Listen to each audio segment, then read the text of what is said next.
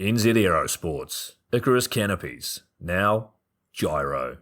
That's right, we've rebranded, and Gyro is our next generation. It honours our founder, as that's the name we knew him by, but Gyro also marks the start of a new chapter.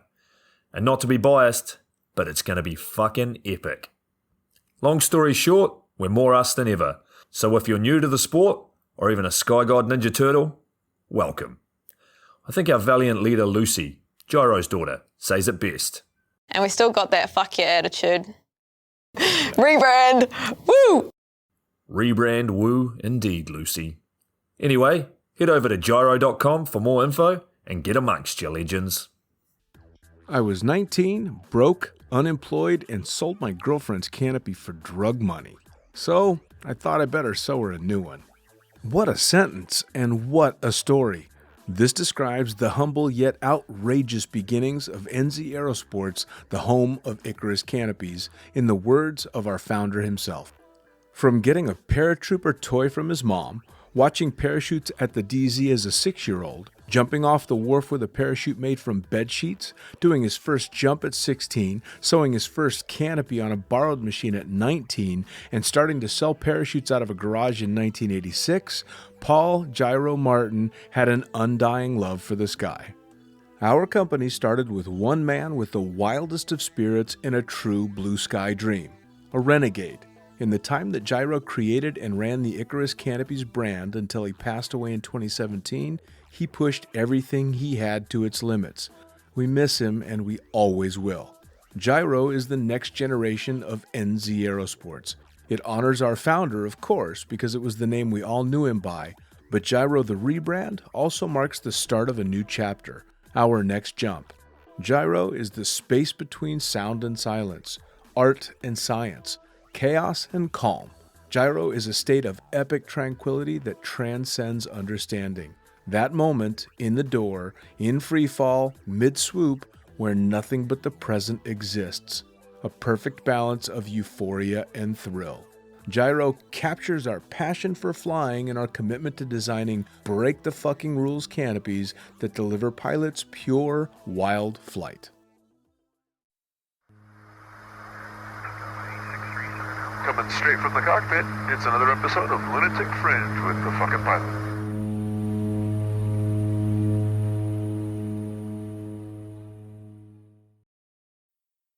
Ready, set, go! All right, back in the can for another edition of Lunatic Fringe, Into the Void. And I've skipped over all the preamble and just usually dive straight into who the fuck are you and what do you do? All right. Well, happy to be here finally. Right? Well, my name is Bekkali, originally from Morocco. Tandem instructor, tunnel instructor, free fly coach, camera flyer. All things air. Yeah. Nice. Well, so, I mean, I know you as a tandem instructor and shooting video and some swoop and stuff that you do for work, but you've had a couple of really amazing experiences in regard to skydiving, and I've been able to go some amazing places, all of which we will get to after I find out how the fuck you got started in this in the first place. Wow. Well, were you like an extreme kid? Were you doing stupid shit and scaring your parents? Yeah, well, all the time. Starting from driving crazy and racing in the streets when I was a kid. Oh, then, Jesus. Horse riding. I've done that for like 10 years. Really? Professionally, yeah. No shit. Yeah, man. Like, I've been doing horse riding for a really long time. This is my favorite fucking part about this podcast is I find out shit about people I never would have guessed. I know, right? Oh, horseback. So really, what got you into doing stuff like that? Well, it's just like a thing in the Arabic word. Teach your son how to shoot, ride a horse, and swim. Really? So from an early age, I learned how to swim, and I used to go hunting with my dad in the mountains, and then I got into horse riding. Wow. All right, so for an idiot American like myself, I know next to nothing about Morocco, except for, the few little things you learn here from movies. What's Morocco like? Well, that's the main thing that made me do a lot of projects from Morocco, which we're going to come back to later, which is like I travel a lot, and everywhere I go, when I say I'm from Morocco, they only think about Morocco is like the desert and Sahara. Sure. And which is not. We have a lot of mountains, ski, lakes, nature, a lot of nature. Right. And we have really long history and culture, which is awesome. Awesome. So doing all this, of course, if you're almost raised with that mentality, the horseback riding and the swimming and the hunting and all that, I can see where it would lend towards the extreme stuff. How about the car racing and all that shit? How'd you get into that? Well, back in the day, which my father doesn't know about this yet, I used to just steal his car and just go race with my friends. I then can feel you. eventually, when I turned 18 years old, I got my driver's license. And he got me this sport Honda Prelude, which is like really like wow back then. Right. Double carburetor and stuff. It was really fast. So he got it for me, like to go to school and drive my sister to school. Right. But I used to just like race all the time at night, or like it was fun times, you know. Yeah, I did the exact same thing. In fact, I think I took it to a whole nother level. Junior and I actually just interviewed both his and my mom to find out what they thought we were like growing up as kids, because you always kind of want to ask. But I was the asshole kid that I would sneak the keys, and I would take the keys to the local hardware store and have copies of the car keys made. Like lots of copies. So I would steal the car, they'd catch me, I'd give the key back, and then I'd just keep stealing the car until I ran out of keys, and when I was down to my last one, I'd get more made. Oh man, I got arrested by the cops so many times, and they chased me so many times.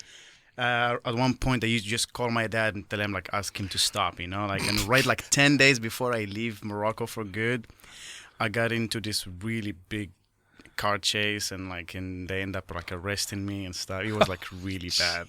Jesus Christ. All right. See, but that's funny, because you're always so unassuming, and you always got a smile on your face, and I always see you being very cheerful and respectful of what you're supposed to do and not do. So I have a difficult time seeing you drifting sideways, flipping people off and racing away from the cops. That's kind of cool. Right? I'm just using a camouflage to keep it in. Fucking great, man. I love it. So how did the air sport stuff start? Well, I've always wanted to, like dream about skydiving and stuff, especially because I grew up in the region where there's just mountains. So as a kid, I've always like wondered how like birds fly and stuff. But getting involved into skydiving, it just started by a complete like accident. I used to study management. Okay. And as part of the like graduation, the school tried to sort for us some job interviews. Okay. And I was interested to go on the first job interview the school organized for us. So I was like, I'm just gonna lay off and see how my classroom do, and that's it. I'm gonna learn from their experience. At night, the school organized for them, like how to do interviews. Because like for students, going to their first interview, they're like teaching them, this is how you talk, this is how you express yourself during a job interview. So I was just passing by school, and one of the teachers came down. He was like, hey, Anas, like, you're the only one not going for this job interview. Like, why don't you just give it a go, And I was like, I want to see how my friends do first, then I'll think about it. He was like, why don't you just come with us? If it goes right, perfect. If it doesn't, then at least you tried. I was like, sure, let's do it. So I went with my whole class, going for a job interview because I studied management. So suit up, a tie, and I'm going for a job interview. Right. As I'm walking to my job interview, I saw this sign in front of the place where I'm doing the interview. It says, become an indoor skydiving instructor, and there's Really? a screen playing this video of these two And you've flies. never done anything in regard to air sports Never, before? man, never. And I just saw this video playing of these two skydivers trucking in the sky, and I'm like, damn, that looks really cool. So I didn't go to my job interview, and I just went to that office. And that's where I met Thomas Gatev, the Frenchie. Yeah, I know who you're talking about. All right. Yeah, which we became friends, and I just had dinner with him like a couple of weeks ago. But that was like 10 years ago. Sure. Went there, and he just started asking me some questions about my experience and if I'm like athletic to do this job and everything. And then I was like, yeah, sure. Then he had like, show me some push-ups. And I was like, what? I'm wearing a suit and a tie. He was like, yeah, show me 25 push-ups right now. So I took off my tie and jacket, and I was like, boom, boom, boom, boom, 25. And then I stood up, and he was like, you look really tired. Let me give you a glass of water. And I was like, no, I'm fine. I do this all the time, In a suit. Yeah. And then he was like, well, the job is yours if you want it. Really? And yeah, and I was like, fine. It's like, we're gonna train you to become an indoor skydiving instructor. It takes a month of hardcore training, you know, push-ups, pull-ups, running and stuff, and cardio. And as a kid growing up in Morocco, going to the Middle East it's like you never think about it, because for us we're more focused into Europe, because Sure. it's like close to us. We go Spain, Italy, France, Belgium. Sure. So coming to this region was like kind of like, you know, something new for me. So I didn't know nothing about it. So I went online. I was like, what's going on in that place of planet? Right. And I saw these tall buildings and this like fancy stuff. And I was like, damn it, sign me up. I want to go there. Awesome. Well, and especially though, if something like that had always kind of been drawing you, and you no pun intended, fell into it, it must have been a blast to finally get in the air, because there's no skydiving in Morocco, is there? They just opened a drop zone, like 2 now, which my first ever skydive in Morocco was last December when I jumped with a flag. It was the biggest flag ever in Morocco to be flown by a skydiver. So that was my first jump ever in Morocco last December. Oh, that's awesome. Yeah. That's awesome. Yeah. Well, now, so you start doing the tunnel stuff. You're an original tunnel rat. Yeah. That's all how right. it started. Well, I want to say I'm a tunnel rat as well, but I'm an old school tunnel rat because I flew in the tunnels that required a big baggy suit. Yeah, in Vegas, yeah. In Vegas, yeah. So I kind of had similar beginnings in that I knew I loved the sensation and the free fall portion of it long before I ever got to make that first jump. I fell head over heels in love with, holy shit, I can fly. You know, it's that ultimate Peter Pan thing, right? Yeah.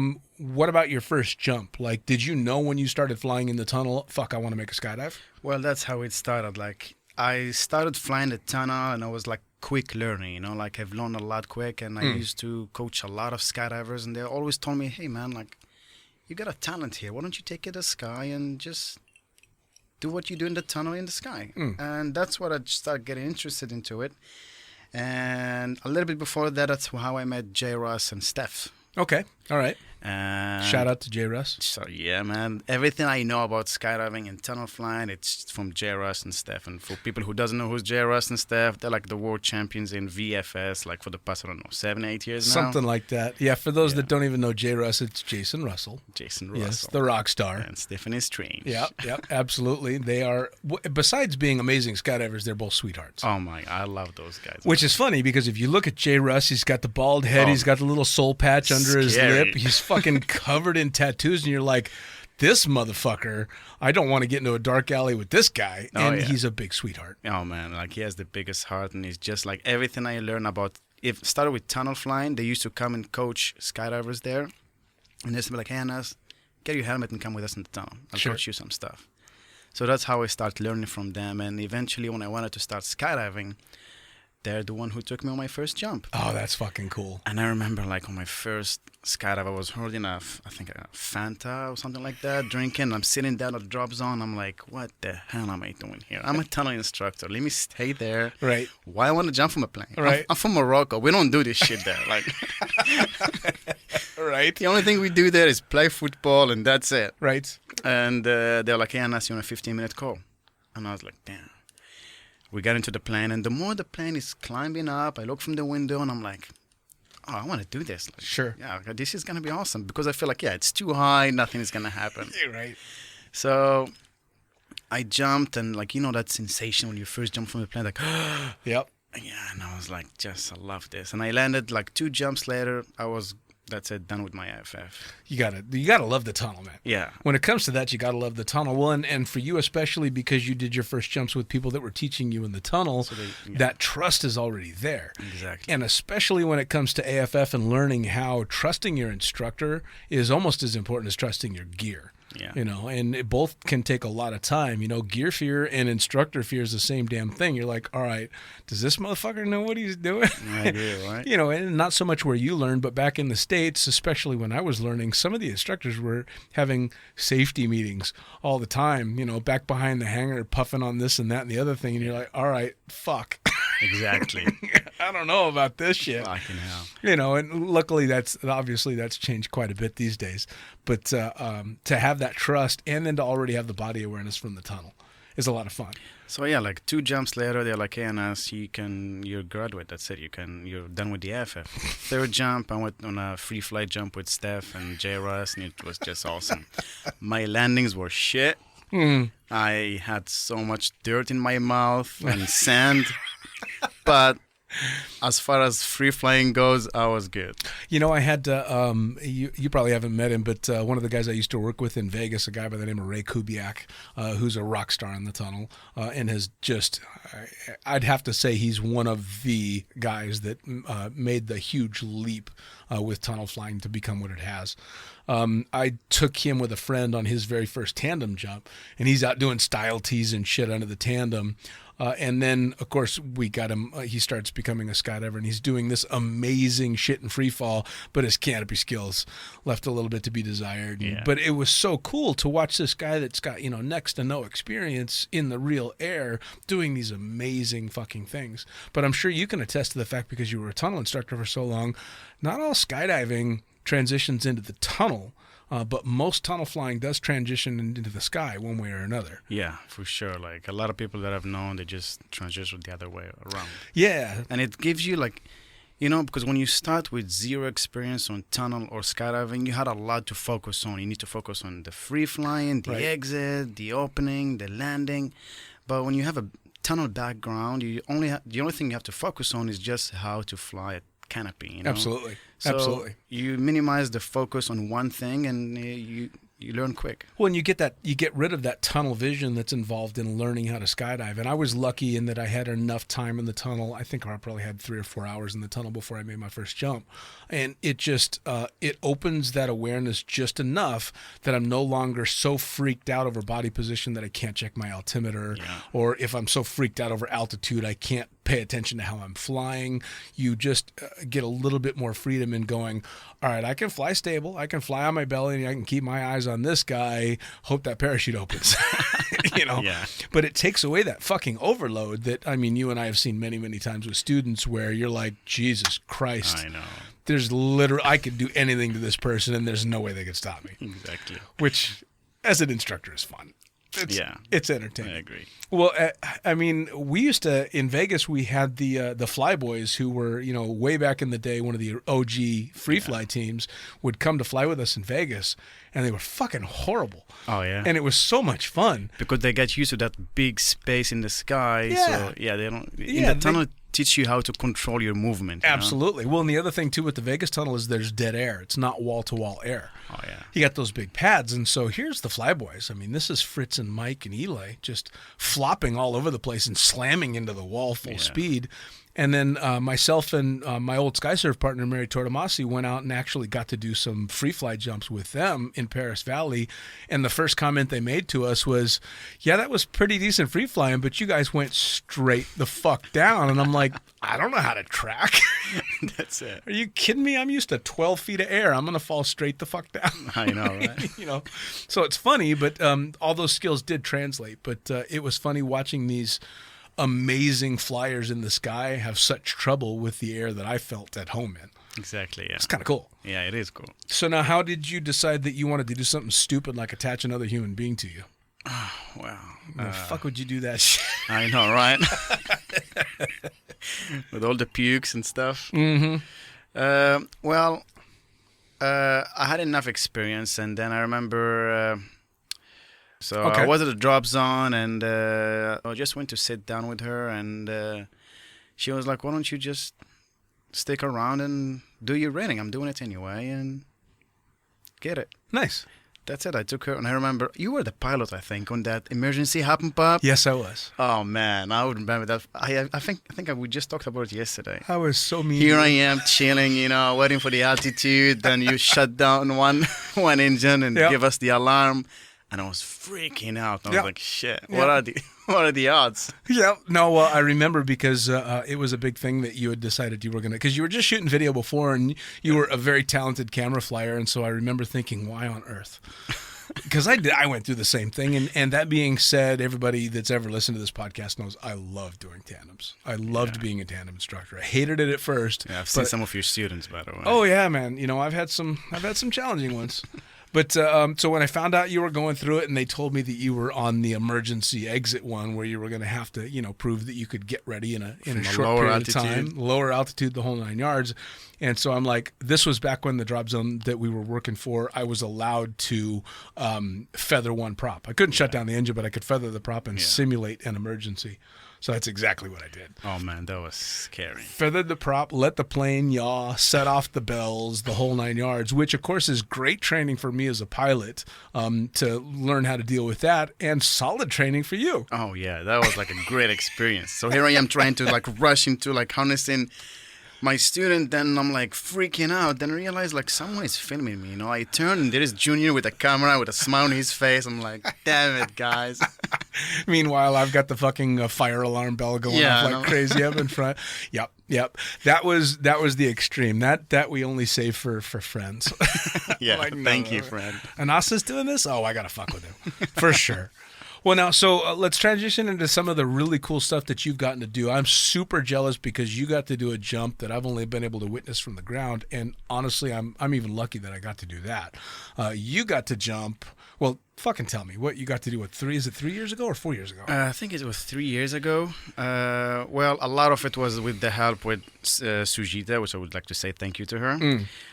We got to jump with the Moroccan flag above Mount Everest. And I would like to say thank you to the Nepalese people as well. They're super nice. It's incredible. The people behind Skydive Everest as well. Tom Noonan, Omar Jailan, Wendy, and everyone. Thanks to them, it was a safe jump. Yeah. So it was like, I think it was a world record for the biggest flag ever to fly above Mount Everest and the highest flag as well. It was like, man, that was a dream for a lot of people to climb Mount Everest, but to be able, because nowadays a lot of people climb Mount Everest, but how many people jumped above Mount Everest? I asked somebody, because I was lucky enough, and everybody's heard me talk about this too much, but I was lucky enough to be there last year when they were doing Skydive Everest, and I asked how many people had jumped, and it's like less than 100 people, I think, have jumped it, and thousands of people have climbed it. Exactly. So that's quite an elite club that you're in. Yeah, and now with the equipment we have in modern days, it's like we know the oxygen and stuff. It's a lot easier to climb Everest than back in the 80s or 70s or whatever. So but yeah, like I don't know how many people jumped with the flag over there, but for sure I jumped with the biggest one so far. Fucking hell, man. Yeah. So what was that whole experience like? I mean, first off, what made you decide you wanted to do that jump? Well, before that, I've done, I took part in some world records, like the tunnel twice, Chicago as well, and went to the World Championships as well in Prague with Ivan doing VFS. And as a Moroccan, no one heard about that, because skydiving in Morocco is not a big thing. Like up until now, if you say to someone, I jump from planes, they'll be like, get the fuck out of me, you crazy? Right. So I got to think what get the Moroccans' attention, and as a Moroccan, it took me a lot of time to think about it, but as a Moroccan, what grabbed my eye and get more interested in something, in a video or a photo, is the Moroccan flag. And back home, we just love the Moroccan flag. Starting by me, we would die for that flag. So that's how I got the first idea to jump with the flag above the Palm Jumeirah. Okay. In Dubai. And it went viral in Morocco because I did it on the really big day in Morocco. It's called the Green March. It's when back in 1975 when we got the Sahara back in Morocco from the Spain. So I did it on that day and it just went viral. Moroccans loved it and it was like in national television, like newspaper. Awesome. Everyone was talking about it. It was really cool. And so exactly a year after that, a lot of people was like, what are you going to do it next? What are you going to do it next? So a year after that, the date for Skydive Everest is the same day for that same day as well. The 6th of November. Oh, wow. So I was like, this is a great opportunity to do it there. And that's how I started making some calls and talking to people. And once again, Sujita in Nepal, she's well connected. She helped me with get a lot of, permit and stuff. Sure. And we went there to do it. And the best part, not the best part, but like the hike was just amazing, like just the nature, the mountains everywhere, and like 2 weeks of hikes. Yep. And once we're done with the jump, they were like, we're gonna take the chopper back, and I was like, it's gonna be like, I don't know, like 20-45 minute ride. Bro, we didn't even get to sit down on the chopper. Like 5 minutes, they're like, okay, we're back and down. And I'm like, Right. yeah. So when you did the hike, I want to talk about the hike because that hike kicked my ass. Oh, me too, man. Now that being said, I was stupid and I decided I'm going to pack all my shit in my backpack and I'm going to carry it the whole way, and I'm not going to use porters and I'm not going to use guides, and I mean you can't get lost on that trail. Yeah. But still, at some point, it's so fucking hard. At some point, you're like, all right, I've made a huge mistake. But you're a lot younger than me. How was it for you, especially as you're getting above like day 3 and 4? Once you head out of Namche Bazaar, every day was just, oof. Oh, yeah. Fucking hardcore. Oh, my God. Well, I was a lot into gym back then, with Alberto and stuff. Yep. So it was hard for me, especially like we wake up at 6 a.m., 5 a.m., and we just start from the bed. You just start the hike. Yep. Like and the more you go higher, there's less oxygen, and like it's so cold. And you're just going like incline like that. And I'm like, damn it, man. Like, why am I doing this? You know? Right. And it was really hard, man. And then there is this guy, I forgot his name. He's one of the guys who created the top out oxygen mask. Oh, wow, okay. The one we were using for the jump. We met him in Lukla Airport, and we went like 3-4 days ahead of him. Okay. And he told us like, once you guys are close, let me know. He did the 3 days hike or whatever. He did it in 1 day. Yeah. And he was like, boom. And this guy was like pretty old, and he's English, by the way. Really? Yeah. I'm impressed. Yeah, man. Like he was like something. But I would do it again. Back then, if you ask me, would you do it again? I'd be like, hell no, man. Right. This was like a one-time thing. Right. But now I'd be like, yeah, I would love to do it again. See, it's kind of funny too. I knew even when I was doing it, I'm like, this is something I would want to do again because I felt so underprepared, and I trained a lot. I remember. I tried to get in good shape for it, and it kicked my ass. And part of it was not feeling great. I got the cough, the kumbu cough. Oh yeah. Didn't get it viciously, but enough that it was hurting. Oh yeah, I remember as well. Yeah, I got sick and I was like having high fever and I couldn't Yeah, man. leave the pad. Yeah, it was. Well, really when you bad. start getting worried, is this altitude sickness? I mean, it's that that hypochondriac in you that climbs in, and you're like, Yeah. am I just gonna drop dead? Fucking hell, man. You know? And so even when it was going on, I'm like, I would like to do this again to do it better, but holy fuck. And then I went and did Cholo Pass, which was the glacier that goes up a little bit higher than base camp. That's, quite frankly, it should be a roped up climb because it's pretty fucking hardcore. And I did all of that, and it beat the shit out of me. But now that I'm, not quite a year removed from my experience, I'm looking at, in the gym that I go to, there's always a video loop playing of people climbing Amadablam. Oh yeah. And I'm daydreaming about it. Yeah. Like it was either that or Island Peak, which I know that Omar has done. Yeah. Which is kind of the bunny slope, for people like me that want to see if they've got the chops.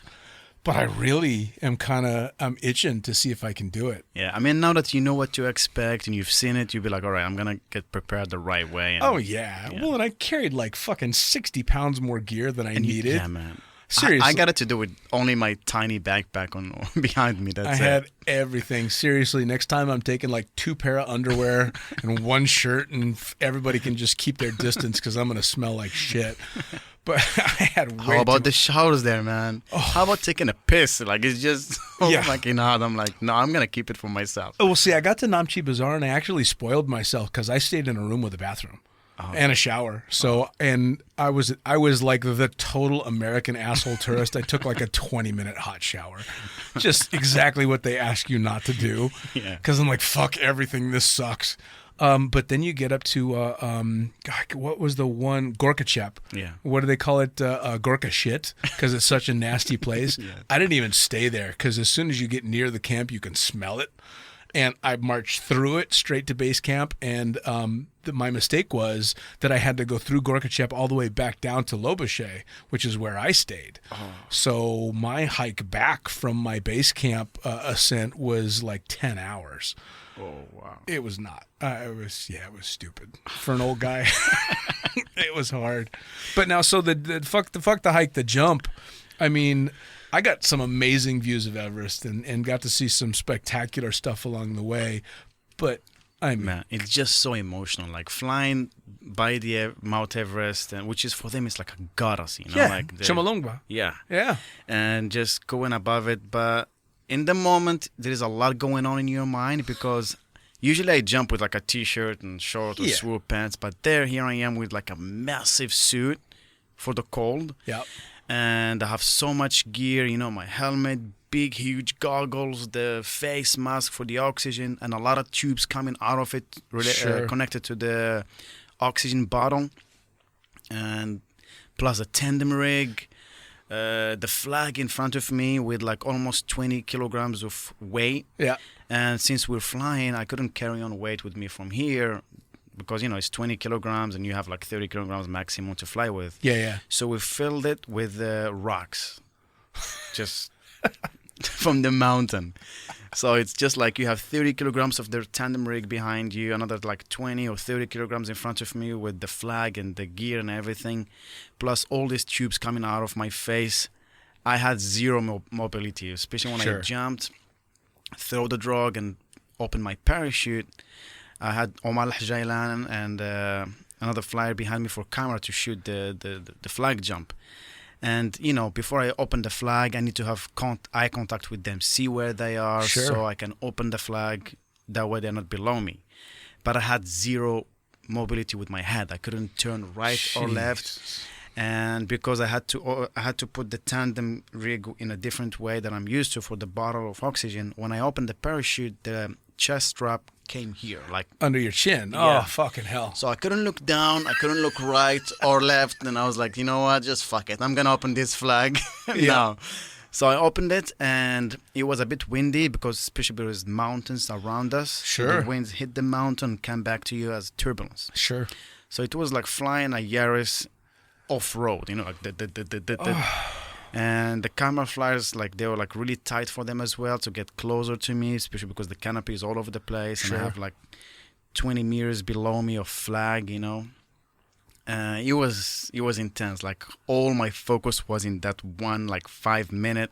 It had to be. Yeah, it was like because it's my life and it's like with Yeah. the flag, and here if something happens here in the middle of the mountains, like can't take Right? easy to find me, you know. Right? Yeah. Could you imagine? You have to cut away low and land off. Yeah. Well, for anybody that doesn't know the terrain that's out there, if you're even a quarter mile off, you could have thousands of feet of vertical distance Yeah. between you and wherever your crew is. It's Exactly. fucking crazy terrain. Just pure mountain. Oh yeah, well, and it's not just mountains; it's huge. Yeah. I think that's what soaked into me more than anything. I've been in lots of mountains in my life, but I've never been in a mountain area where it just seemed so much fucking bigger than anything I've ever. How about flying there? Like I was on my flight and look at the window and there is a mountain like right in front of Oh, me, yeah. as high as I am. You're next a to the commercial mountain. airline. Oh yeah, the entire time. Well, I was lucky enough too that on the way back out we were in a Twin Otter, and so I made damn sure. I think I punched some little girl in the face to make sure I had the front seat.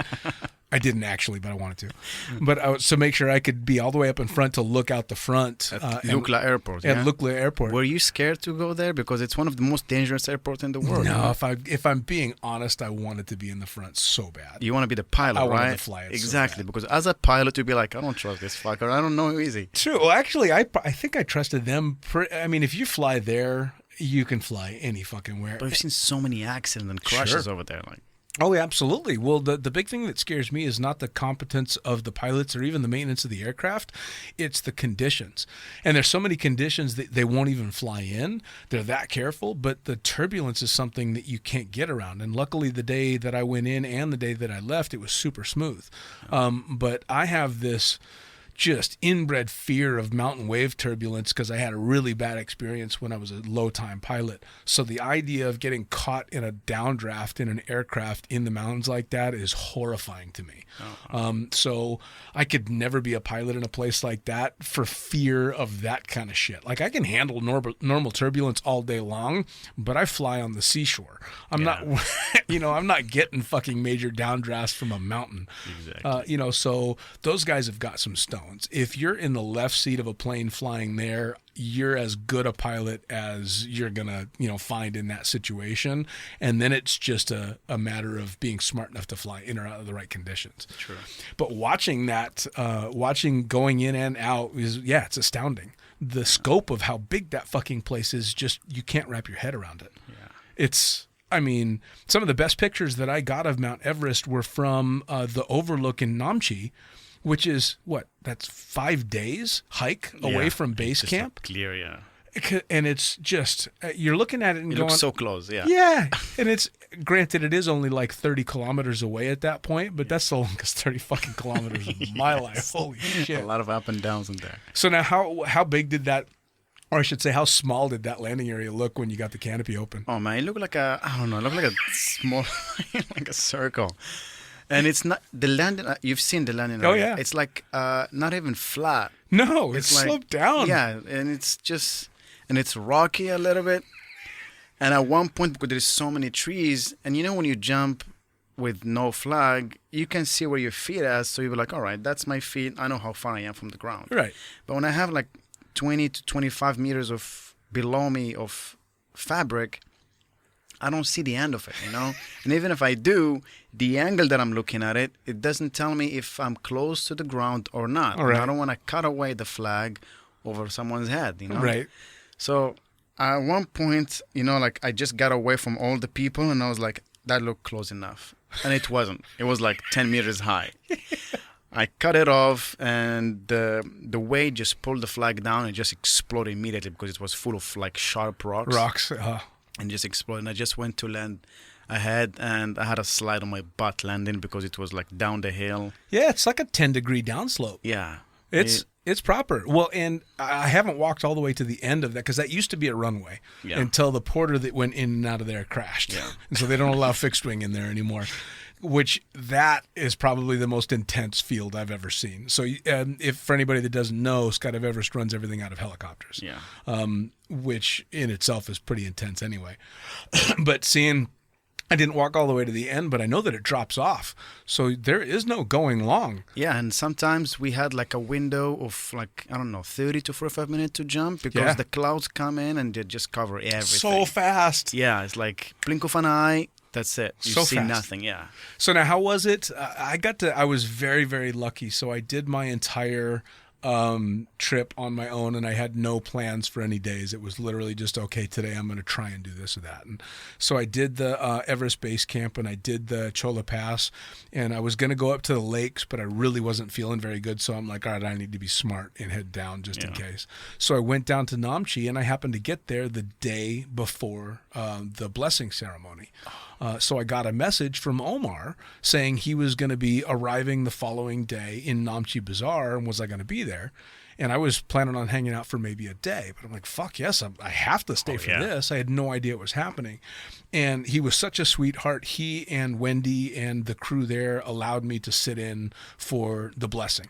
And I actually tossed a bunch of my junk in. I'm like, please bless this stuff. Yeah. But how was it for you? I mean, it was an emotional experience for me watching it, and I wasn't jumping, but as a jumper. Yeah, we had to put all our gear, altimeter, helmet, everything that you're going to jump or use during that project to just put it there. And he just, doing his prayers and everything. And we did it like in the morning. And it was clear, then all of a sudden this big cloud came in, it just covered everything, and like, that's just magical. It's like dreamy.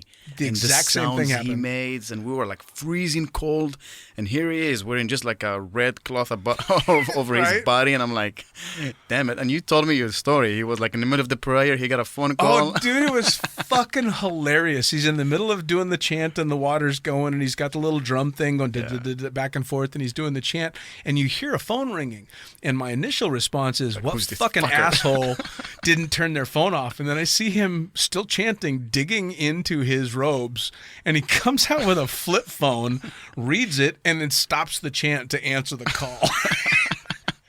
And everybody's dying laughing. I'm like taking pictures of him doing that, and I'm like, all right, that was the comic relief I needed, because I was about to start tearing up. It was so emotional. It is, well, man, it was emotional. Oh, dude. Well, so I've had this kick on Everest for a long time. I read the book Into Thin Air in I think 97 or 98.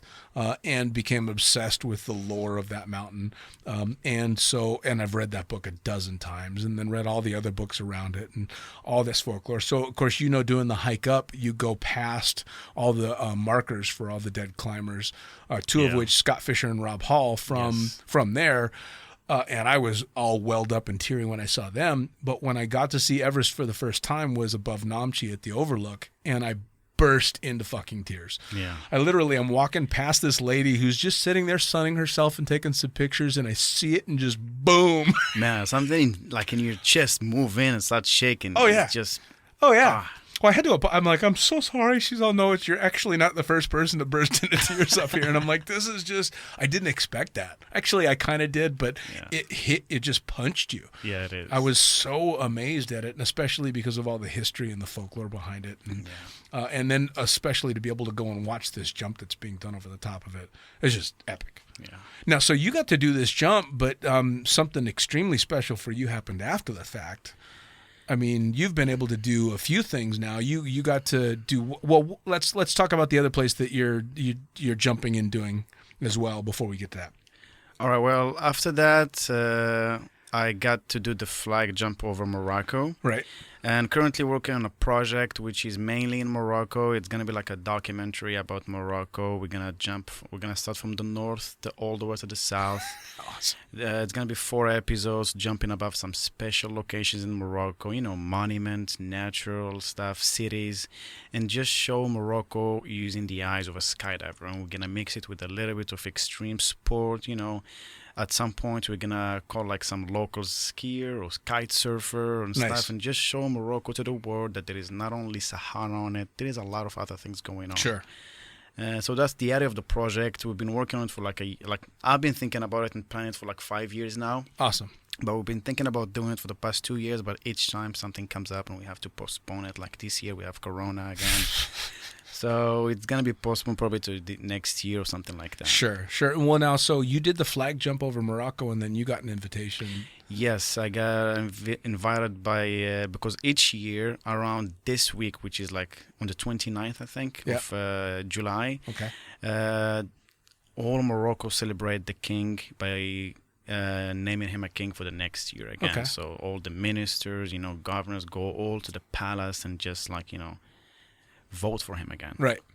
And I was lucky enough to invite her to that event and by the king, and it was just awesome. I got a business flight ticket from here, landed there, and here is like a brand new fancy Mercedes waiting for me at the airport with the plate, it says the palace, and my own driver, and it was just awesome, man. Black Mercedes driving around, and he just take me wherever I want. I mean, how cool is that? Because you go out to do just something to represent Morocco, doing the flag jump over Everest, and then you get to do this jump over Morocco itself. But next thing you know, the king is personally inviting you to come hang out. It is, and he's he's such a nice person, he's well loved by the whole country, and he just wants to push and help young people to do what they want and follow their dreams.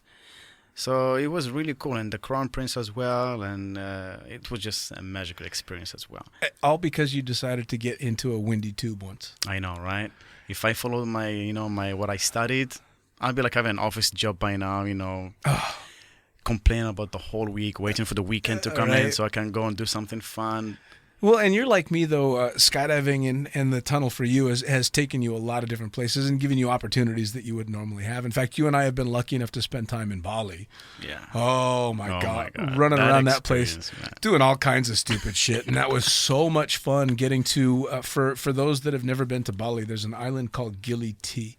And Gili T is world famous for just letting your hair down and having a lot of fun. Oh, yeah. And it's this teeny little island. I think you can walk around the entire island, the perimeter of the island, in about 30 or 40 minutes. Yeah. But there's no motorized vehicles. No cars, no bikes, nothing. Just people walking barefoot, no judgment. It's like freedom. It's like be who you are. That's it. Yeah, bicycles, donkey carts, and crazy people. Yeah. You know what I didn't realize Gili T is famous for is free diving courses. Oh, yeah? I had no idea. I didn't know that I either. was way too busy doing other shit.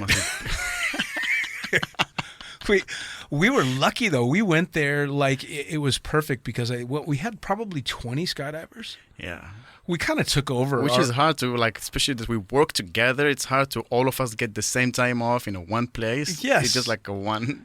It was once a one in in a lifetime. million, yeah, 1 in a million chance that we were going to do it. We wrangled this amazing crew together and went and just got stupid on this island for a couple of days. Oh, yeah. Had this amazing time. We almost killed my buddy Derek Oh, from yeah. Australia. Yeah, he almost died. He was happy about it, but he almost died. Gio, we lost him for like the whole 2 days. Yeah, it was crazy. I mean, it was in true fucking fashion. But the one of the most memorable bits was the boat ride back.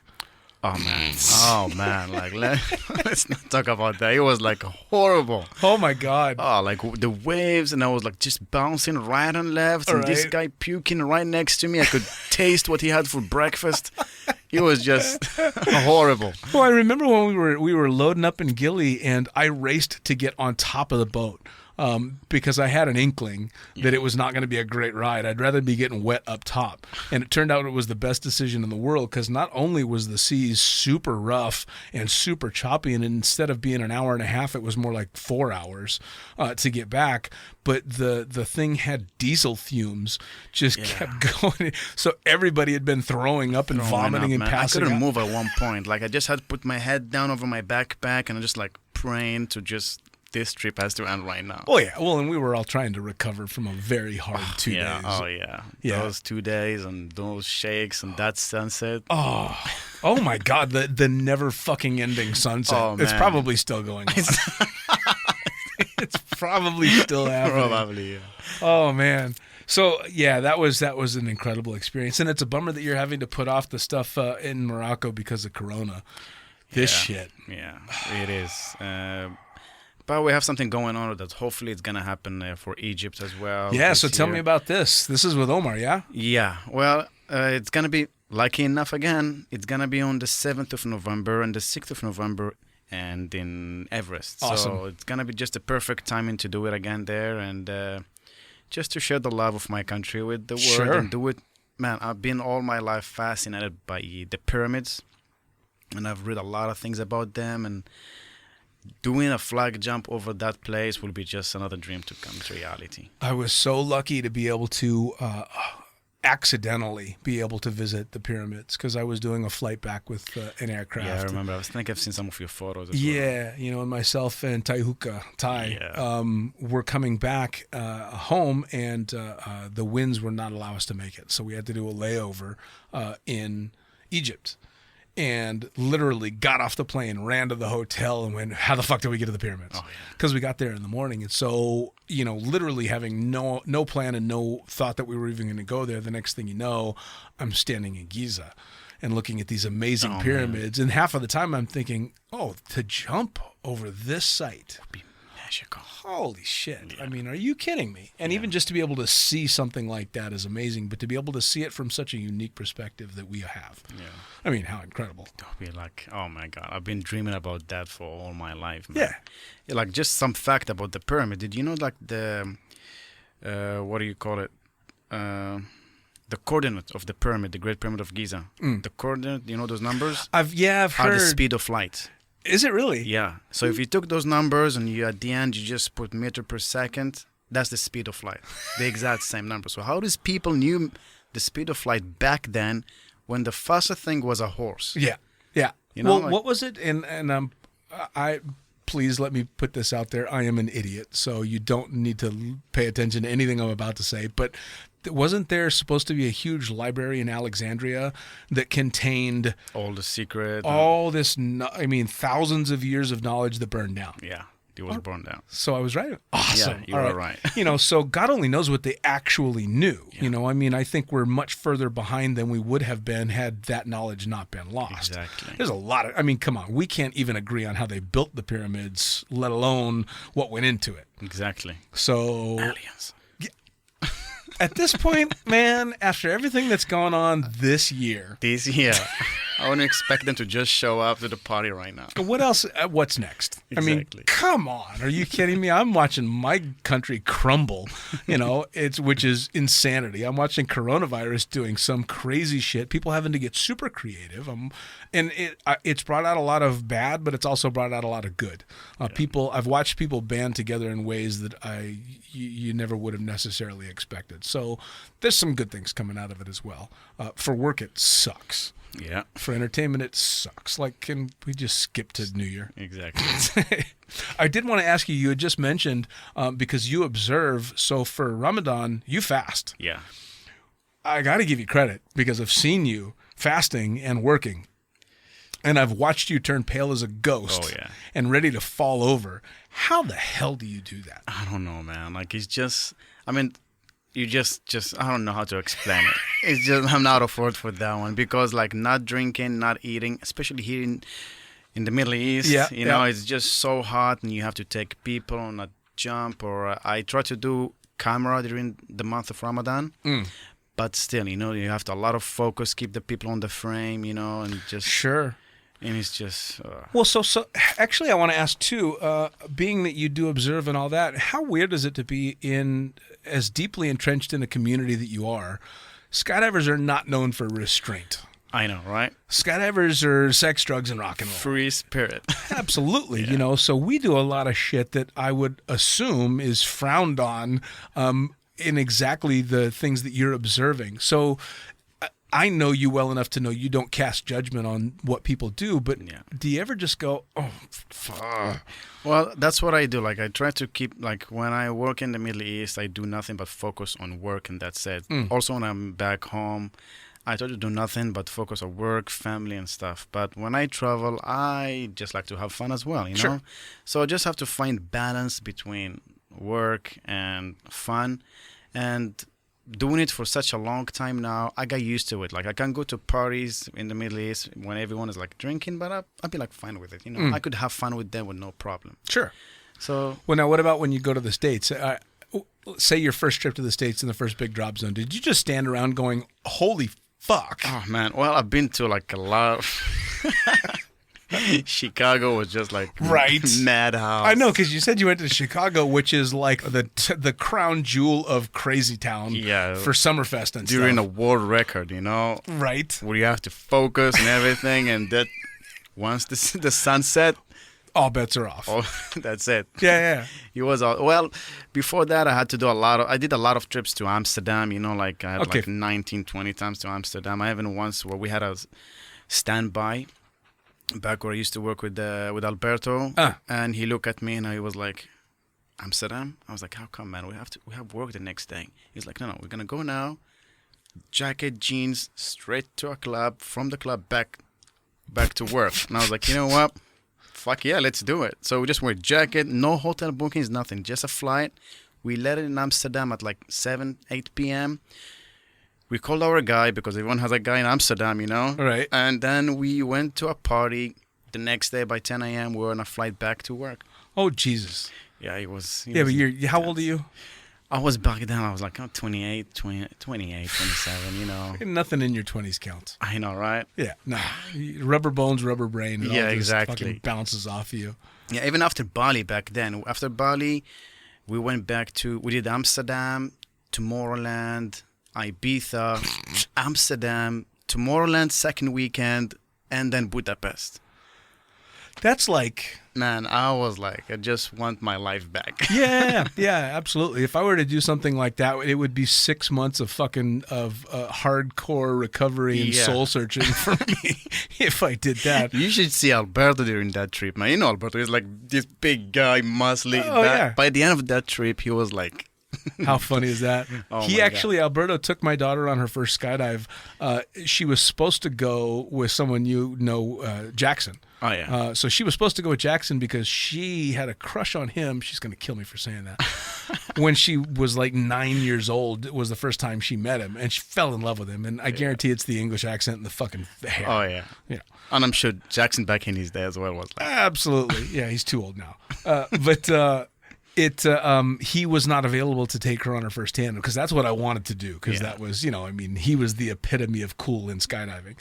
So the second best I could come up with was the super handsome, tall Italian guy. Oh, yeah. I'm like, here you go. There you go. And she, of course, she loved it. I don't know that her boyfriend liked me too much for that one. Well, I think that was the second jump when the boyfriend was here. Yeah. So he jumped as well the second time around. Yeah. But the first time she came here, she was just she came on her own and he jumped or she jumped with Alberto. Yeah. But yes, he's now jumped as well. Yeah. I remember, I was with them in the plane. I remember Alberto was like, yeah, damn man, Dean is trusting me with his daughter and I was like, okay. Yeah. He said the same thing to me cuz I'm like, "Hey, it's my daughter, behave." And he's like, "Oh dude, seriously, it's going to be fun." I'm like, "Yeah, okay." Yeah, no, I mean it's I wouldn't be able to keep up with the rounds that you guys were making back then. Even coming back from trips from Bali, it was like, all right, just water and exercise. Water and just, recovery. Right. So now what are the, I know you've got the projects going on in Morocco, hopefully this year, if not next year. Yeah. And you've got hopefully still Egypt coming up this year. Any other projects in the works?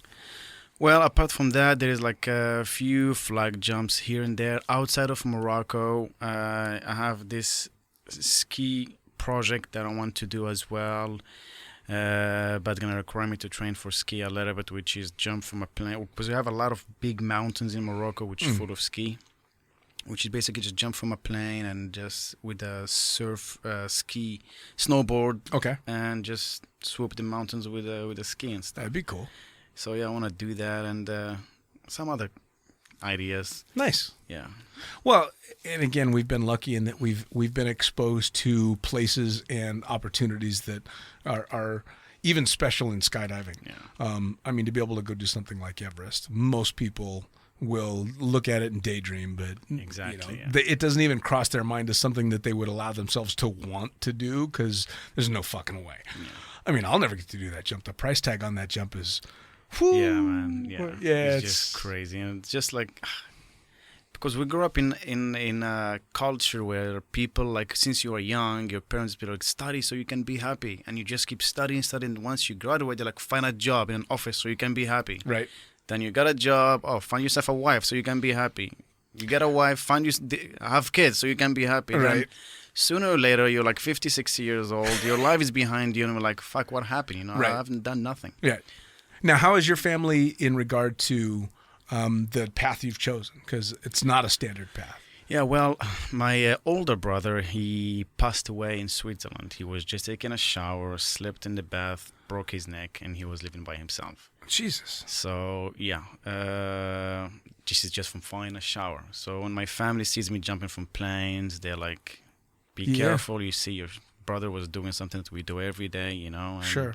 He passed away and you jumping from planes. But they know that's my passion and that's what makes me happy. So they give me full support on it. Nice. Well, and hopefully to make them feel better, I'll argue in your favor in that your brother passed away doing something that we consider commonplace and therefore put no thought into being safe. Yeah. Whereas we do something that's dangerous, so all of our thoughts go into safety. Exactly. So I guess a good argument's you're much more likely to get killed walking across the street than you are making a skydive. That's what I say to a lot of people. Yeah. And you're happy, so I would think that would be a big thing. Exactly. At least if you die, you're dying doing something that you love. Yeah. And in this sport, we lost a lot of friends and close friends. Yes, we have. And it's as a matter of fact, was it our trip to Bali? Yes. When Micah went? Yeah. Yeah, so rest in peace. Yeah, no doubt. I'll never forget that because I was sharing a place with Moss, who's been on the podcast, in Geo, and it was early in the morning. I think it was 7 or 8 o'clock in the morning, and all I heard was Moss yelling, "Guys, Micah's dead!" Yeah, and everything just stopped. Everything stopped, and it was very lucky that all of us were there because we had a crew of people that knew and loved him that could commiserate and talk and feel shitty together, where I've lost too many friends where I've just had to feel shitty alone. Exactly. It just sucks as well. Well, and I don't know how you feel, but I hate getting condolences from people that didn't know the person I lost. Yeah. It feels very, oh, I'm so sorry for your loss. Fuck off. Yeah, exactly. I would much rather you not say anything to me than pat me on the back and tell me to feel better. No, I'm not the one that needs to feel better. I need to feel this grief. It's the family. Exactly. Yeah. You know, so Just give me a moment. And yeah, I always thought that people wishing me well was misplaced, and I always felt bad about that. So it was really cool in that respect to be around a bunch of people that just Exactly. love that guy, you know. So yeah, I think for folks like your family, it's nice to know, hey, you're being super, super safe and it's something you love. I also had the opportunity to meet another family from Morocco, standing over the hospital bed of a mutual friend of ours after he misjudged a little bit and frapped himself in pretty hard. He just landed in Sweden this morning. Look at that. Finally. How fucking cool is that? Well, and it was you and I that were talking back and forth quite a bit when he was still unconscious after major surgeries. Yeah. And it was just a low turn. Yeah. As happens God knows how many times in this Exactly. sport. But I got to meet his mom and sister, both flew in from Morocco, and being the loudmouthed, overbearing American, I tried as hard as I could to entertain them and make them laugh while it was going on. But I was really impressed with how relaxed they were. They were super, super cool, and they were very much hey, this is what he loves to do, and he's going to be okay. We're sure he's going to be okay, but we support what he does. And it was a really cool thing to see. Yeah, unlike a lot of Arabic countries in the world, Moroccan are known for being a bit open-minded about things, especially when it comes to, you know, the life you've chosen or the culture or... You know, like we're just open-minded because when you go some countries, like Arabic countries elsewhere, they're like super strict with what you do and the life you've chosen and everything.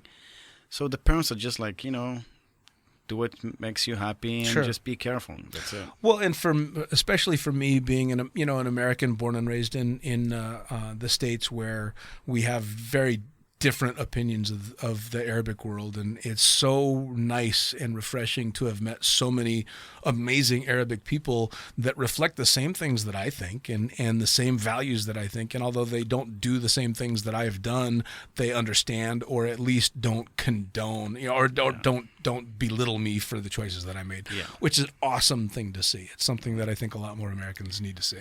Yeah, well, we have this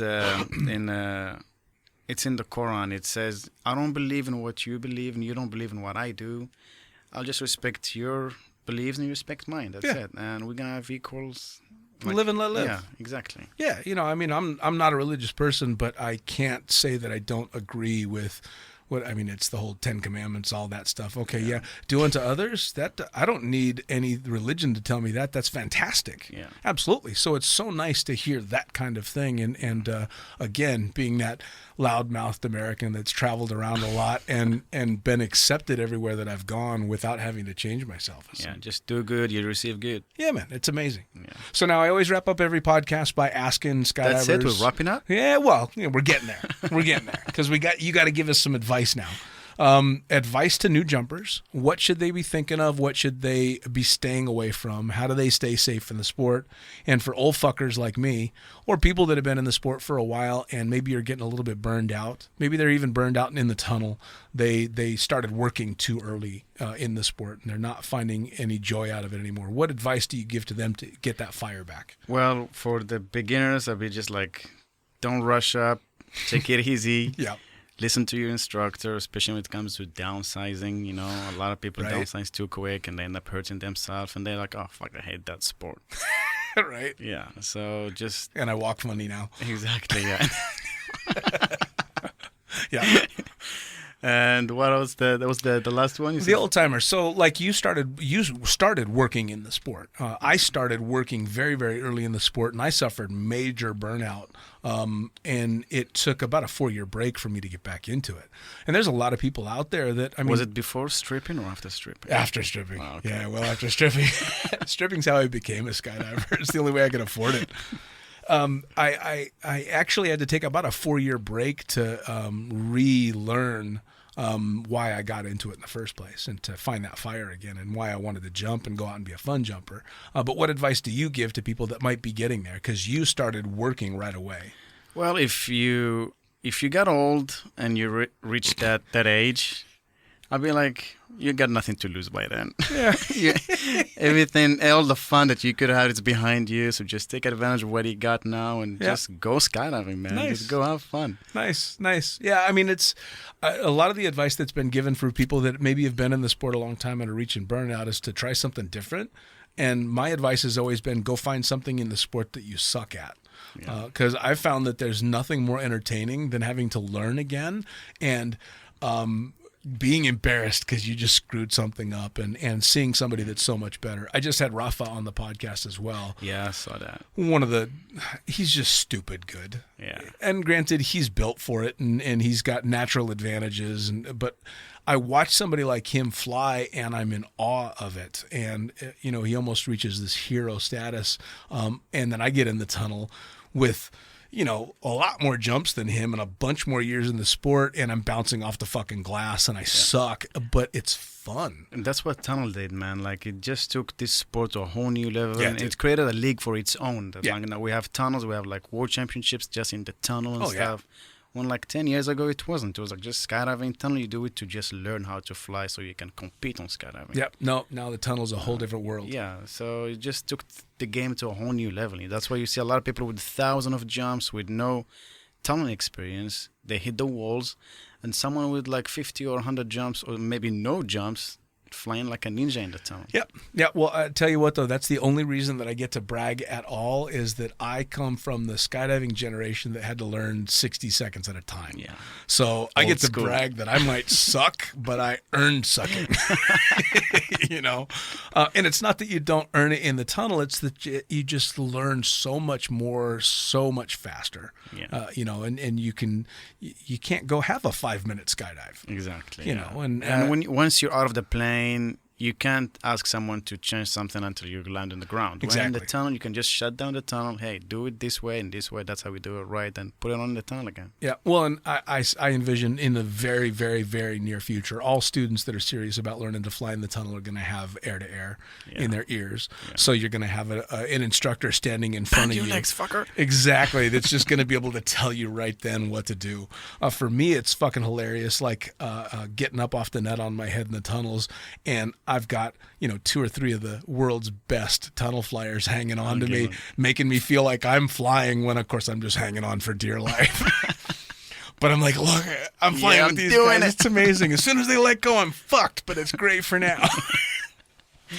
Well, look, first off, I want you to tell everybody how they can find out about what's going on in Egypt. Do you know any websites or Instagram or anything? And I would say go on Omar Al-Hajailan's Facebook page. You're going to find all the information.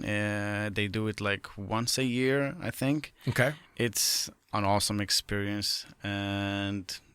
Or catch me on Instagram to see how it is if you're not skydiving. Cool. So how do we find you on Instagram? Because I know a lot of people are going to want to see these flag jumps that you've done and see pictures of Everest and all that stuff. Anas Bekkali, Alpha November, Alpha Sugar, lower score dash, Bravo Echo, Kilo Kilo. What is the I again? India. India. And L, Lama. That'll work. Okay, Alpha. Somebody's going to have to play this back slowly. Anas Bekkali. Yeah, Anas Bekkali on Instagram. You got a Facebook as well? Yes, same thing. Okay, very good. So they can reach out to you as well if they've got questions on any of that stuff? Absolutely. Awesome. Anas, thank you so much for taking the time. Thank you, my man. I'm glad we were able to had a chance to sit down. Hopefully Corona gives us a break and you get Egypt and all the stuff in Morocco. Hope so. All right. Cheers. Bye-bye. See ya. Well, there you have it. Another episode of the Lunatic Fringe podcast brought to you as always by, well, wait, not as always, actually. Brought to you now by Gyro. Formerly known as NZ Aerosports, you'll head to gyro.com for their next level line of canopies. By Pussfoot, the Extreme Sports Collective. Head over to pussfoot.com to check it out. By Summit Parachute Systems, check out summitparachutesystems.com to talk to Jarrett Martin and the gang about kick-ass pilot rigs, rigging courses, and more. By Flyaway Indoor Skydiving, go to flyawaytn.com and check out all the cutting-edge stuff to come. By Pure Spectrum CBD. Head to purespectrumcbd.com to check out their wide range of CBD products. And as for us, head to the lunaticfringepodcast.com to listen to any of the hundreds of episodes currently available. Hit the link for our YouTube channel, pick up your copy of the Lunatic Fringe book or The Accidental Stripper, and get a sneak peek at upcoming guests. Once again, thanks for listening. We'll see you next time.